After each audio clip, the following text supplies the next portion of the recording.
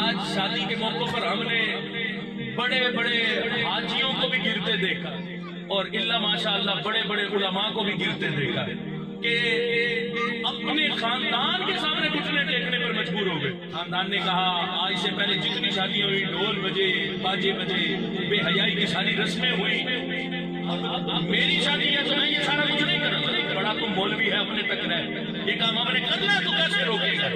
آگے عالم دین صاحب بھی انہوں نے بھی کتنے ٹیک دیے۔ اب سوچو ایک نکاح کرنا، اس ایک نکاح سے پہلے نہ جانے کتنی بے حیائیوں کے دروازے ہم کھولتے، ڈھول ہے، گانا ہے، میوزک ہے، عورتوں مردوں کا اختلاط، اکٹھے ناچ اکٹھے گانا ہے، سارا کچھ کرنا۔ اور پھر جب نکاح کا وقت آئے گا مولوی صاحب دعا کرو اللہ اس نکاح کو قبول فرمائے اور اس میں برکت دے دے۔ اور برکت کی دعا بھی کب کروانی؟ ڈھول باجے کو زبردستی بند کروانا کہ صبر کر جا تھوڑی دیر، دعا تو کرانے دے۔ کہاں سے برکت پڑے گی؟ کہاں سے اس نکاح میں برکت پڑے گی؟ کہاں سے کہو گے کہ اس عقد سے آگے اللہ کے ولی پیدا ہو گئے؟ اللہ کے ولی پیدا ہونے کے لیے بندے کا اپنا ذات کا بڑا پاکیزہ ہونا ضروری ہے۔ دیکھو نا غوث اعظم رضی اللہ تعالیٰ عنہ کا مہینہ ہے، کیا نہیں جانتے غوث اعظم کے ابا جی کا مقام کیا تھا؟ کیا نہیں جانتے غوث اعظم کی امی جان کی شان کیا تھی؟ تو جب وہ خود اتنے پاکیزہ تھے تو پھر حق تھا کہ ان سے بدن سے اور نکاح سے پیدا ہونے والی ذات غوث اعظم رضی اللہ تعالیٰ عنہ کی ہوتی۔ اسی لیے آج ان بے حیائی اور برائی کے سارے دروازوں کو بند کر کے پھر ہمیں قرآن و سنت کے نور کی طرف آنا۔ بسم اللہ الرحمن الرحیم، رب اشرح لی صدری ویسر لی امری واحلل عقدۃ من لسانی یفقہوا قولی۔ الحمدللہ رب العالمین والصلاة والسلام علی رسولہ الکریم، اما بعد فاعوذ باللہ من الشیطان الرجیم، بسم اللہ الرحمن الرحیم۔ لقد کان لکم فی رسول اللہ اسوۃ حسنہ، آمنت باللہ صدق اللہ العظیم۔ ان اللہ وملائکتہ یصلون علی النبی یا ایہا الذین آمنوا صلوا علیہ وسلموا تسلیما۔ صلاۃ والسلام علیک یا سیدی یا رسول اللہ، صلاۃ والسلام علیک یا سیدی یا حبیب اللہ، صلاۃ والسلام علیک یا سیدی یا خاتم النبیین وعلی آلک وصحابک یا سیدی یا خاتم المعصومین۔ مولاي صل وسلم دائما ابدا على حبيبك خير الخلق كلهم منزه عن شريك في محاسنه فجوهر الحسن فيه غير منقسم يا اكرم الخلق مالي من الوذ به سواك عند حلول الحادث الامامي محمد ذكره روح لانفسنا محمد شکرہ فرد علی الامام۔ یا رب صلی وسلم دائما ابدا علی حبیبک خیر الخلق کلہم۔ اللہ تبارک و تعالی جل جلالہ وعم نوالہ واتم برہانہ وعظم شانہ وجل ذکرہ وعز اسمہ کی حمد و ثنا اور حضور سرور کائنات مفخر موجودات زینت بزم کائنات دستگیر جہاں غم گسار زمان سید سروران حامی بے کساں قائد المرسلین خاتم النبیین احمد مجتبی جناب محمد مصطفیٰ صلی اللہ علیہ وسلم کے دربار گوہربار میں ہدیہ درود و سلام عرض کرنے کے بعد رونق محفل استاذ العلماء حضرت علامہ مولانا قاری محمد عبد الرحمن مدنی صاحب زیدہ شرفہ اور دیگر علماء ذی وقار اور نہایت معزز و محتشم سامعین حضرات، رب ذوالجلال کے فضل و توفیق سے ہم اپنے عزیز بھائی محترم المقام حضرت مولانا محمد شاہ زیب عطاری جلالی حافظ اللہ تعالی آپ کی نکاح مسنونہ کے پرمسرت تقریب کے آغاز میں اس عظیم و شان محفل میلاد مصطفیٰ صلی اللہ علیہ وسلم میں شریک ہے۔ بالخصوص آج کا یہ اجتماع اجتماع خاتم المعصومین کے نام سے انعقاد پذیر ہے۔ میری دعا ہے کہ اللہ اس ذکر خیر کی برکت ہمارے اس بھائی کی ازدواجی زندگی میں انہیں عطا فرمائے۔ بالخصوص مبارکباد کے مستحق ہیں ہمارے شاہزیب بھائی کے والد صاحب حاجی محمد اسلم کھوکھر صاحب، رب ذوالجلال انہیں بھی اپنی اولاد کی خوشیاں دیکھنا تا دیر تک نصیب فرمائے، اور بالخصوص جنہوں نے اپنی جگر کی ٹکڑا، اپنی جگر پارا ہمارے شاہزیب بھائی کے نکاح میں دینے کا ارادہ فرمایا ہے۔ میری مراد محترم المقام جناب محمد عبد الخالق صاحب وہ بھی تشریف فرما ہے۔ اللہ زوجین کو اس عقد کی برکتیں عطا فرمائے اور رب ذوالجلال ان کو زندگی کی بہاریں دیکھنا نصیب فرمائے۔ اور ہمارے درینہ ساتھی محترم المقام جناب محمد صادق اتاری صاحب آپ بھی تشریف فرما ہیں۔ میں اختصار کے ساتھ چند باتیں عرض کر کے اپنی گفتگو کو ختم کرنا چاہوں گا۔ خوش قسمت ہیں وہ احباب جو نکاح مسنونہ کا آغاز اللہ اور اس کے رسول کے نام سے کرتے ہیں۔ سبحان اللہ۔ یہ بڑی عظیم سنت ہے نبی پاک صلی اللہ علیہ وسلم کی۔ اس ایک سنت کو ادا کرنے کی برکت سے اللہ بندے کے ایمان کی بھی حفاظت فرماتا ہے اور اللہ بندے کے نفس کو بھی طہارت عطا فرما دیتا ہے۔ یعنی یہ ایک سنت، اس کی برکت اتنی، بندے کے نفس کو بھی رب پاکیزگی عطا فرما دیتا ہے، اور اس عقد کی برکت سے اللہ بندے کے ایمان کو بھی محفوظ فرما دیتا ہے۔ اس کی کئی برکتیں، بندے کی نگاہ میں شرم و حیا آ جاتی، بندے کا دل برائی کی طرف مائل ہونے سے محفوظ ہو جاتا، وہ نفس امارہ جو بندے کو برائی پر ابھارتا ہے، اس نکاح کی برکت سے رب ذوالجلال اس نفس امارہ کی شرارتوں سے انسان کو محفوظ فرما دیتا ہے۔ یعنی اس کی بے شمار برکتیں نکاح کی جو رب ذوالجلال نے عطا فرمائی ہیں۔ لقد کان لکم فی رسول اللہ اسوۃ حسنہ، یہ نکاح بھی نبی پاک صلی اللہ علیہ وسلم کے اسوہ حسنہ میں سے ایک ایسا طریقہ ہے جو انسان کو عظمت دینے کے لیے رب ذوالجلال نے محبوب کے امت کے افراد کو عطا فرما دیا۔ اب دیکھو یہ شادی اور شادی کے بعد بچے ہونا، یہ عمل ایک ہندو کے ہاں بھی ہوتا ہے، لیکن ہندو کے ہاں یہ عمل تو ہوتا ہے لیکن اس کی کوئی برکت اسے نصیب نہیں ہوتی۔ حالانکہ خرچ ان کا بھی ہوتا ہے، بعد میں ان کے ہاں بھی عورتیں بچے جنتی ہیں، درد انہیں بھی ہوتا ہے، تکلیف انہیں بھی ہوتی، اگر وہ اس حالت میں مر بھی جائے تو اسے کوئی اجر نہیں ملتا۔ لیکن یہاں صرف یہ چند بول جو ہے، چند بول جنہیں ایجاب و قبول کہا جاتا ہے، یہ سنت کے چند بول جب زوجین کے درمیان ان کا تبادلہ ہوتا ہے، ایجاب و قبول ہوتا ہے، تو میرا رب ذوالجلال اب وہی فعل جو کچھ لمحے پہلے حرام تھا اور زنا کے ارتکاب میں تھا، ایجاب و قبول اور سنت کو ادا کرنے کی برکت سے رب ذوالجلال نے اس لمحے کی ایک ایک، یعنی اس سارے عمل کی ایک ایک گھڑی میں بڑی برکت عطا فرمائی، اور ہر لمحے کے لیے رب ذوالجلال نے اسے باعث ثواب بنا دیا۔ یعنی یہ ایک ایک لمحہ اب عقد نکاح کے بعد زوجین کے لیے بڑا باعث برکت ہے، اور رب ذوالجلال اس میں ان کے لیے اجر و ثواب بھی رکھتا ہے۔ اللہ نے فرمایا ہن لباس لکم وانتم لباس لہن، یعنی یہ ہے شان زوجین کی کہ اللہ نے مرد کو عورت کے لیے لباس بنایا اور عورت کو مرد کے لیے لباس بنایا، یعنی یہ لباس ہے ایک دوسرے کا کہ رب اب دیکھو نا لباس کا سب سے اہم کام کیا ہے؟ لباس کا، لباس بندے کی شرمگاہ کو ڈھانپ دیتا ہے، تو اللہ نے لباس فرمایا ہے کہ عورت مرد کے لیے، مرد عورت کے لیے یہ لباس ہے۔ اس کی برکت سے اللہ زوجین کی شرمگاہوں کو محفوظ فرما دیتا ہے۔ یعنی یہ عقد کی بہار رب ذوالجلال نے بڑی عطا فرمائی۔ آج کچھ لوگ سیکولر بن کے معاذ اللہ ہمیں اس عقد سے بھی چھٹکارا دلانا چاہتے، کہتے نہیں کیا ضرورت ہے اس نکاح کرنے کی، نکاح ضروری تو نہیں، بندہ کوئی ایگریمنٹ کر لے چند دنوں کے لیے جسے مدعے کا نام دیا جائے اور وہ ایگریمنٹ کر کے بندہ اپنی شہوت کو پورا کرے۔ آج لوگ کہتے ہیں اس عقد کی ضرورت کیا؟ ابھی بھی تم پتھروں کے دور کی بات کرتے ہو۔ وہ ایک عورت جسے یورپ پورا تیار کر رہا ہے پاکستان میں پھر بے حیائی کے دروازے کھلوانے کے لیے، اس کے ذریعے سے ایسی باتیں کروائی جا رہی ہیں کہ نہیں اس امت کو نکاح سے اب برا ہو جانا چاہیے، چھوڑو نکاح سے کن ابھی تک نکاحوں کے چکرے میں پڑے ہو، چھوڑو نکاحوں کو، نکاح ضروری نہیں، بس ایسے ہی جو کچھ کرنا ہے بندہ اپنی شہوت کو پورا کرے۔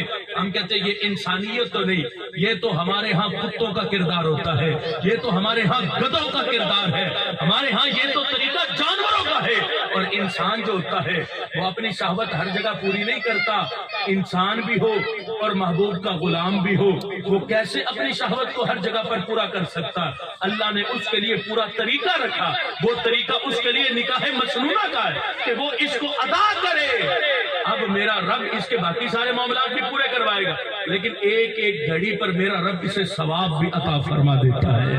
اب یہ بظاہر ہمیں یہ لگتا ہے کہ یہ عمل بڑا چھوٹا سا ہے، لیکن یہ عمل چھوٹا سا نہیں، یہ عمل بہت بڑا ہے۔ یہ عمل نبی پاک صلی اللہ علیہ وسلم کا تمام انبیاء کی سنت ہے، تمام انبیاء نے بھی نکاح فرمایا، اور پھر نبی پاک صلی اللہ علیہ وسلم نے بھی نکاح فرمایا۔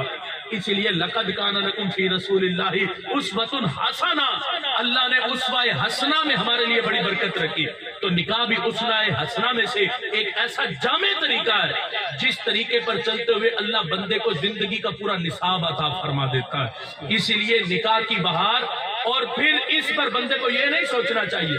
ہمارے ہاں آج لوگ سوچتے ہیں بچے چھوٹے ہیں، بڑے ہو جائیں تو پھر ان کا نکاح کریں گے، اتنی عمر کے ابھی تو یہ پاؤں پر کھڑے نہیں ہوئے، اور پاؤں پر کھڑا کرتے کرتے کرتے ہم ان کی وہ جوانی کے دن تھے وہ سارے ضائع کر دیتے۔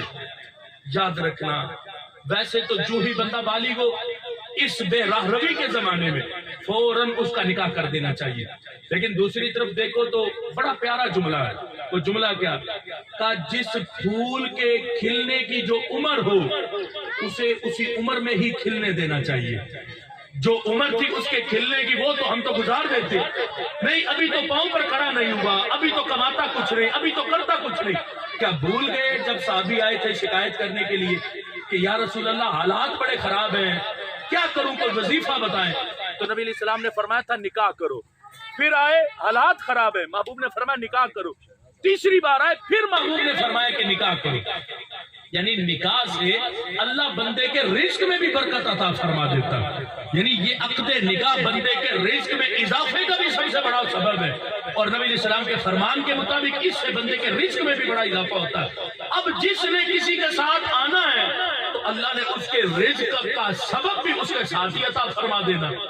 اب بندہ رزق کی پریشانی کی وجہ سے نکاح بھی نہ کرے، رزق کی پریشانی کی وجہ سے آگے بچے بھی پیدا نہ کرے، تو یہ شریعت کو پسند نہیں۔ شریعت کہتی ہے رزق کا وعدہ رب کی طرف سے، تو بندے کو چاہیے کہ رزق کی پریشانی کی وجہ سے نکاح کو نہ چھوڑے، بلکہ نکاح کرے گا تو میرا رب رزق میں بھی بڑی برکت عطا فرمائے گا۔ اس لیے جو گھر کے ذمہ داران ہیں ان کو چاہیے جو ہی بچے جوان ہو تو فوراً ان کے نکاح کا اہتمام کرنا چاہیے۔ اور آج ہمارے ہاں یہ بھی بہت بڑا المیہ ہے، گھروں میں اپنی بیٹیاں بٹھائے رکھتے ہیں۔ آپ شاید آپ کے دیہات میں یہ ماحول نہ ہو، ہم نے شہر کے ماحول میں بڑا حال دیکھا، کئی عورتوں کو گھر میں بیٹھے بیٹھے سگر سنی تک پہنچتے دیکھا۔ عمریں گزر گئی نکاح کی، وجہ کیا کہ کوئی رشتہ آیا ہی نہیں، رشتہ آیا تھا تو سٹیٹس کا نہیں تھا، اور اب سٹیٹس کو ڈھونڈتے ڈھونڈتے اپنا ہی سٹیٹس ختم کر بیٹھا بندہ، اور عورت اپنی زندگی ہی ساری ختم کر بیٹھی۔ اب ہے کیا؟ اب سے ذرا قبل چلو اور دور نبی علیہ السلام کی ظاہری حیات کے ایام کو دیکھو تو تمہیں پتا چلے کہ نکاح کا طریقہ کار کیا تھا۔ آج ہم تو انتظار پر بیٹھے رہتے ہیں کہ کوئی رشتہ آئے، میری بیٹی کا آئے گا تو پھر میں سوچوں گا کہ میں نے کرنا کیا ہے۔ دیکھو ریاض الصالحین کے اندر بھی حدیث پاک موجود ہے، حضرت عمر رضی اللہ تعالی عنہ کی صاحبزادی حضرت حفصہ رضی اللہ تعالی عنہ آپ بیوہ ہو گئی۔ جب آپ بیوہ ہوئی تو آپ خود اپنی بیٹی کا پیغام نکاح لے کر کس کے پاس گئے؟ سب سے پہلے حضرت عثمان غنی کے پاس گئے، کہا عثمان غنی آپ میرے دوست بھی ہیں، میں اپنی بیٹی حفصہ کا نکاح آپ سے کرنا چاہتا ہوں۔ یہ ہے انداز۔ اور ہم کیا کرتے ہیں؟ سوچتے رہتے کوئی رشتہ آئے گا پھر دیکھوں گا معیار پر اترتا ہے یا نہیں اترتا، اور یہ سوچتے سوچتے بچوں کی زندگی گزار دیتے۔ حضرت حفصہ کا خود رشتہ لے کر حضرت عمر حضرت عثمان غنی کے پاس گئے، کہا عثمان میں اپنی بیٹی حفصہ کا نکاح تم سے کرنا چاہتا ہوں۔ حضرت عثمان غنی نے کچھ مہلت مانگی، کچھ دن کی مہلت کے بعد جب پھر ملاقات ہوئی، حضرت عثمان غنی نے انکار کر دیا، کہا میں نے بھی غور و فکر کیا لیکن مجھے بھی حاجت نہیں نکاح کرنے کی۔ کدھر سے انکار ہوا؟ حضرت عمر بیٹھے نہیں، حضرت عمر پیغام نکاح لے کر حضرت صدیق اکبر کے پاس چلے گئے۔ عرض کیا ابو بکر آپ میرے دوست ہیں، میں اپنی بیٹی حفصہ کا نکاح آپ سے کرنا چاہتا ہوں۔ تو حضرت صدیق اکبر نے نہ انکار کیا نہ اقرار کیا، بلکہ یہ بات سن کر آپ نے خاموشی اختیار فرمائی۔ حضرت عمر فاروق رضی اللہ تعالیٰ عنہ کہتے ہیں میں کئی دن تک انتظار کرتا رہا لیکن کوئی جواب نہ آیا۔ حضرت عمر کہتے ہیں میں نے دل میں سوچا کہ اتنا دکھ حضرت عثمان غنی کے انکار پر نہیں ہوا تھا جتنا دکھ حضرت صدیق اکبر کی خاموشی پر ہوا۔ چلو انکار ہی کر دیتے لیکن خاموش ہو گئے حضرت صدیق اکبر، نہ اقرار کیا نہ انکار کیا، کچھ بھی نہیں کیا۔ تب بڑا دکھ ہوا مجھے حضرت صدیق اکبر کی خاموشی پر۔ حضرت عمر فرماتے ہیں کچھ دن گزرے تھے کہ حضرت حفصہ کے لیے نبی علیہ السلام نے پیغام نکاح بھیج دیا۔ حضرت حفصہ کے ساتھ نبی علیہ السلام کا جب نکاح ہوا اس کے بعد ملاقات ہوئی حضرت صدیق اکبر کی حضرت عمر فاروق رضی اللہ تعالی عنہما سے۔ حضرت ابو بکر صدیق نے بھی دل میں نہیں رکھی، حضرت عمر نے بھی دل میں نہیں رکھی۔ حضرت صدیق اکبر کہتے ہیں میں نے عرض کی عمر دکھ تو بڑا ہوا ہوگا جب میں نے کوئی جواب نہیں دیا۔ تو حضرت عمر بھی بول پڑے کہاں ابو بکر اتنا دکھ حضرت عثمان کے انکار پر نہیں ہوا تھا جتنا دکھ آپ کی خاموشی پر ہوا۔ اب دل میں یہ نہیں کہ بندہ رکھ کے ساری زندگی ختم کر دے۔ آج ہم نے کئی رشتے ایسے دیکھے، رشتہ ایک جگہ پر ہوا تھا وہاں سے ٹوٹا تو آپس میں رشتہ داریاں بھی ساری زندگی کے لیے ختم ہو گئی، تعلقات بھی ختم ہو گئے۔ یہ نہیں سوچا کسی نے کہ ہو سکتا ہے اس میں بھی میرے رب کی کوئی حکمت ہو اور میرے رب نے میرے بچوں کے اس سے اچھے نصیب لکھے ہو۔ نہیں، ہم نے کہا تیری جرت کیسے ہوئی رشتہ توڑنے کی، میں ساری زندگی تجھ سے قطع تعلق کرتا ہوں۔ نہیں، ہم نے دیکھے ایسے مر گئے، جنازوں پر بھی لوگ نہیں پہنچے۔ کیوں؟ کیونکہ رشتہ توڑا تھا انہوں نے میری بیٹی یا بیٹے کا، اس لیے میں ان کا جنازہ بھی پڑھنا گوارا نہیں کرتا۔ یہ نہیں سوچا ہو سکتا میرے رب نے اس کے لیے اچھے دروازے ہمارے لیے کھولے ہو، تو ہمیں سوچنا چاہیے ہو سکتا تھا یہ رشتہ میرے بچوں کے لیے اچھا نہ ہو اس لیے رب کی حکمت کے تحت یہ ٹوٹ گیا۔ نہیں سوچا ہم نے کہا نہیں یہی کرنا تھا، ٹوٹا کیوں؟ اب ساری زندگی تمہارا میرا راز ناتا ختم، رشتہ ختم، اب کبھی میں نے تم سے نہیں ملنا۔ یعنی یہ حالت ہے آج ہمارے معاشرے کے اندر ہماری زندگی گزارنے کی۔ ہم سوچیں تو صحیح، ادھر سے حضرت صدیق اکبر نے بھی دل میں نہیں رکھی، حضرت عمر فاروق نے بھی دل میں نہیں رکھی، دونوں نے اظہار کیا کہ ابو بکر اتنا عثمان غنی کے انکار نے دکھ نہیں دیا جتنا تمہاری خاموشی نے دکھ دیا۔ تو حضرت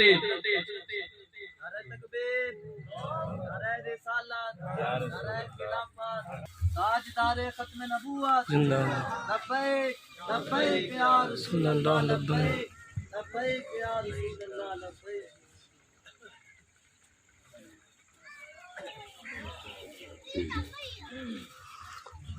ہمارے آج کے اس اجتماع کی زینت بنے حضرت علامہ مولانا مفتی محمد شہزاد مدنی صاحب، ہم آپ کو بھی خوش آمدید کہتے ہیں، اور میں اپنی گفتگو کو مزید اختصار کی طرف لے جاتے ہوئے ختم کرنا چاہتا ہوں۔ اب یہ تھا انداز رشتے کرنے کا، اور ایک ہمارا انداز انتظار کرتے کرتے کرتے ہم نے اپنی بیٹیوں کو بوڑھا کر دیا، بیٹوں کو بوڑھا کر دیا۔ اور اگر کوئی بیٹی والا باپ کسی کے گھر رشتہ لے کر بھی چلا جائے تو دوسرے والوں کی سوچ کیا ہوتی؟ وہ لوگ کہتے ہیں کہ شاید معاذ اللہ بیٹی ان کے سر پر بوجھ تھی جو رشتہ اٹھا کر ہمارے گھر چلے آئے۔ یہ ہے حالت ہمارے معاشرے کی کہ بوجھ تھی، زبردستی مجھے بیٹی کا رشتہ دینا چاہتے ہیں۔ یہ نہیں سوچا یہ تو صحابہ کی سنت کو ادا کرنے چلا تھا، یہ تو دور صحابہ کی طریقے کو ادا کرنے چلا تھا۔ تو حضرت صدیق اکبر اور حضرت عمر فاروق رضی اللہ تعالیٰ عنہ نے جب یہ باتیں کی تو حضرت صدیق اکبر نے اب اظہار کیا کہ عمر میں نے نہ اقرار کیا نہ انکار کیا، خاموشی کی اختیار کی، کیونکہ نبی پاک صلی اللہ علیہ وسلم نے حضرت حفصہ کے ساتھ نکاح کرنے کے بارے میں میرے ساتھ بات کی تھی، تو میں تمہارے ساتھ وہ بات نہیں کی کیونکہ وہ نبی علیہ السلام کا راز تھا اور میں نبی علیہ السلام کے راز کو فاش نہیں کرنا چاہتا تھا۔ اور کہا انکار کیوں نہیں کیا؟ کہا انکار اس لیے نہیں کیا کہ اگر نبی علیہ السلام قبول نہ فرماتے تو پھر میں تمہاری بیٹی حفصہ سے نکاح کر لیتا. یعنی یہ ہے محبتوں کا انداز. اور آج ہمارے ہاں رشتوں کا انداز کیا ہے، طرز کیا؟ وہ ہم نے معاشرے کے الویہ کو سمجھنا ہے. اس الویات کو ختم کر کے ہم نے معاشرے میں پھر قرآن و سنت کے نور کی روشنی کو داخل کرنا، تاکہ ہمارے بیٹے، ہماری بیٹیاں ہمارے گھروں میں بیٹھے بیٹھے بوڑھے نہ ہو جائیں، ان کی رشتوں کے، شادیوں کے اچھے اسباب پیدا کریں. اور یہ بھی ذہن میں رکھنا، شادی کوئی بوجھ نہیں کہ بندہ سمجھے کہ شادی کو کندھوں پر بوجھ ہے کہ میرے پاس لاکھ روپے ہوگا تو میں شادی کروں گا. کس نے کہا لاکھ روپے کا بوجھ تمہارے کندھوں پر شادی کا؟ شادی ہے کیا؟ علماء سے پوچھو. آج ہمارے ہاں کئی لوگ بڑے جذباتی ہو جاتے ہیں. شادی کے معاملے میں جذباتی بھی نہیں ہونا چاہیے، اور قرآن و سنت کے منافی بھی کوئی جملے زبان سے نہیں نکالنے دینے چاہیے. آج شادی کے موقع پر ہم نے بڑے بڑے حاجیوں کو بھی گرتے دیکھا، اور اللہ ماشاءاللہ بڑے بڑے علماء کو بھی گرتے دیکھا کہ اپنے خاندان کے سامنے گھٹنے ٹیکنے پر مجبور ہو گئے. خاندان نے کہا آج سے پہلے جتنی شادیاں ہوئی، ڈھول بجے، باجے بجے، بے حیائی کی ساری رسمیں ہوئی، اور اب میری شادی ہے تو میں یہ سارا کچھ نہیں کروں گا. بڑا تم مولوی ہے، اپنے تک رہ، یہ کام ہم نے کرنا ہے تو کیسے روکے گا؟ آگے عالم دین صاحب بھی، انہوں نے بھی کتنے ٹیک دیے.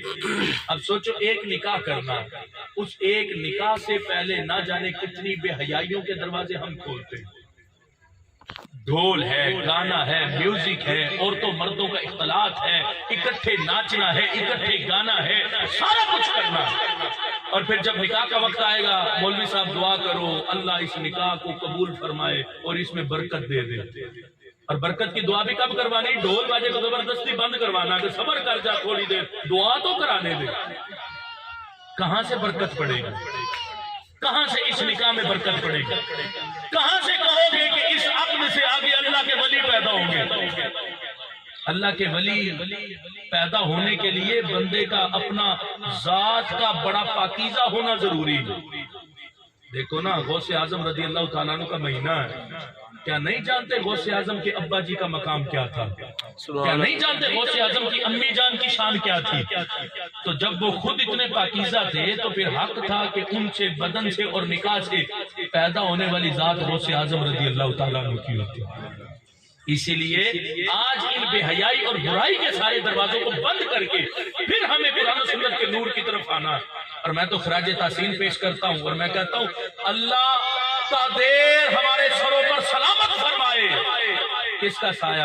حضرت امیر اہل سنت کا سایہ، جن کا طریقہ دیا ہوا شادیوں پر یہ بے حیائی کی رسمیں بند کرا کے محفل میلاد مصطفیٰ صلی اللہ علیہ وسلم کا، جنہوں نے یہ طریقہ دیا، اور آج اہل سنت اسی رستے پر چل رہے.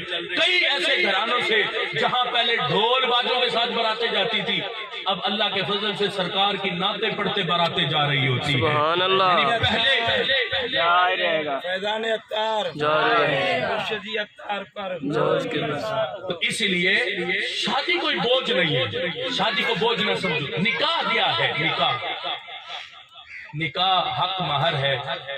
حق مہر کتنا سا؟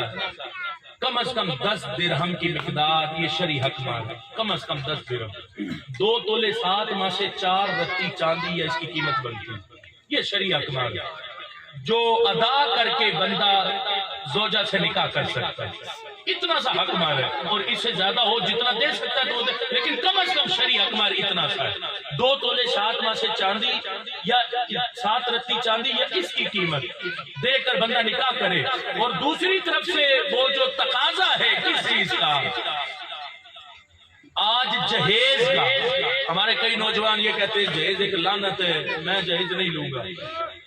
جہیز کو لعنت نہیں کہنا چاہیے، جہیز کو مطلقاً لعنت کہنا ناجائز ہے، کیونکہ جہیز کی جو چیزیں محبوب نے بھی حضرت فاطمہ کو عطا فرمائی تھی، اگرچہ وہ چٹائی تھی، وہ لوٹا مبارک تھا، وہ پیالہ تھا، وہ جو کچھ تھا، لیکن جہیز کو مطلقاً لعنت کہنا یہ نہ، ہاں اس میں مطالبے جائز ہیں. میں ایسے شخص کو جانتا ہوں جس نے اپنی زوجہ کو طلاق دی اس بات پر کہ اس نے کہا تھا کہ تم جہیز میں اپنے باپ سے موٹر سائیکل لے کر آنا. تو اگلے دن جب پتا چلا کہ موٹر سائیکل نہیں آئی، اس نے کہا میں تجھے طلاق دیتا ہوں، تو نے میرا مطالبہ کیوں نہیں پورا کیا؟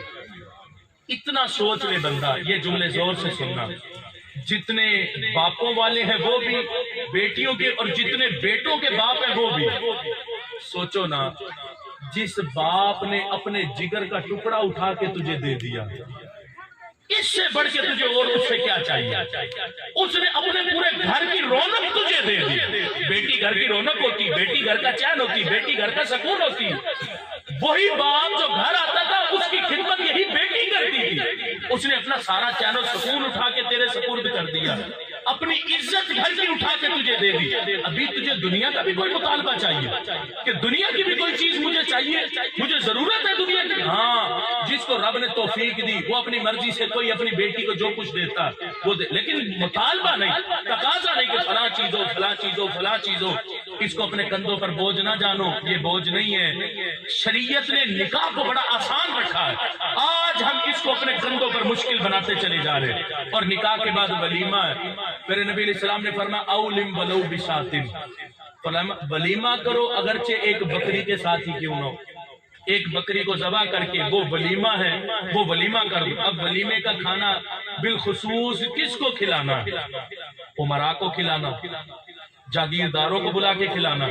کوئی ایک غریب بیچارہ اس دعوت میں آ جائے تو اسے ہاتھ پکڑ کے باہر نکال دینا کہ تو کرنے کیا آیا ہے ولیمے کی دعوت میں؟ تجھے کوئی بلاوا دیا؟ تجھے کوئی دعوت ہے، تو کیوں آ گیا؟ حالانکہ ولیمے کے کھانے کا سب سے زیادہ حق غربا کا تھا کہ یہ کھانا غریبوں کو کھلایا جاتا ہے، غربا میں تقسیم کیا جاتا ہے۔ لیکن آج ہمارے ہاں طرز کچھ اور ہوتا، ہم کہتے ہیں امیر آئے، کبیر آئے، جاگیردار آئے، چودھری آئے، وڈیرا آئے، بڑی عزت سے اسے بٹھائیں گے، اور کوئی غریب آئے تو کوئی پلیٹ میں بچا ہوا کھانا پڑا ہوگا تو وہی اسے شاپر میں ڈال کے دے دیں گے کہ یہ لے، یہ تیرا حق ہے، یہ تو لے گھر جا اور اپنے بچے کو کھلانا۔ اس طرز کو بدلو، نکاح کو بوجھ نہ سمجھو، نکاح بڑا آسان ہے۔ اس لیے جو جس پھول کے کھلنے کی عمر ہے اسے اسی عمر میں ہی کھلنے دو، اور بچوں کے بالغ ہوتے ہی ان کے نکاح کی طرف متوجہ ہو جاؤ، ان کے نکاح کا اہتمام کرو، ورنہ یہ بے راہ روی کا زمانہ، جتنا اس وقت ایمانوں پر حملے بے راہ روی کے ہو رہے ہیں۔ اور دیکھو یہ جو موبائل ہے ہمارے ہاتھوں کے اندر، اور پھر اس موبائل میں جو انٹرنیٹ لگا ہے، ہم سمجھتے ہیں میرا بچہ تو محفوظ اپنے کمرے میں پڑا ہوا ہے، ایک موبائل ہی تو اس کے ہاتھ میں ہے، لیکن یہ نہیں پتا کہ دنیا کی ہر برائی اس کے اپنے ہاتھ میں ہم نے دے دی اور اسے تنہائی میں چھوڑ دیا کہ تنہا بیٹھ کے جو تو برائی دیکھنا چاہتا ہے دیکھ لے، تجھے کوئی پوچھنے والا نہیں، تو بند کمرے میں ہے، تجھے کون دیکھے گا؟ اس لیے خدا را نکاح ایمان کی حفاظت بھی ہے اور نفس کی طہارت بھی ہے۔ جتنی جلدی ہو بندے کو نکاح کر لینا چاہیے، اس سے ایمان کی حفاظت بھی ہوتی اور بندہ انسان کے نفس کو رب طہارت بھی عطا فرما دیتا ہے۔ میرا رب ہمارے شاذیب بھائی کی ازدواجی زندگی کی انہیں بہاریں عطا فرمائے، یہ پھول اپنی نئی زندگی کا آغاز کرنے چلا، رب ذوالجلال اس کی خوشبوؤں سے ان کے پورے گھر کو مہکا دے، اور رب ذوالجلال انہیں اس عقد کے صدقے نیک صالح بے عیب اولاد کا رزق عطا فرمائے۔ اللہ ان کی آنے والی نسلوں میں بھی اور ہماری نسلوں میں بھی اللہ اپنے ولی عطا فرمائے۔ میرا رب میرے یہ چند کلمات اپنی بارگاہ میں قبول فرمائے، ہمیں قرآن و سنت کے نور کی سمجھ عطا فرمائے، اور اپنے اپنے بچوں کی ہمیں جلد از جلد نکاح کے اہتمام کی توفیق عطا فرمائے۔ وآخر دعوانا ان الحمد للہ۔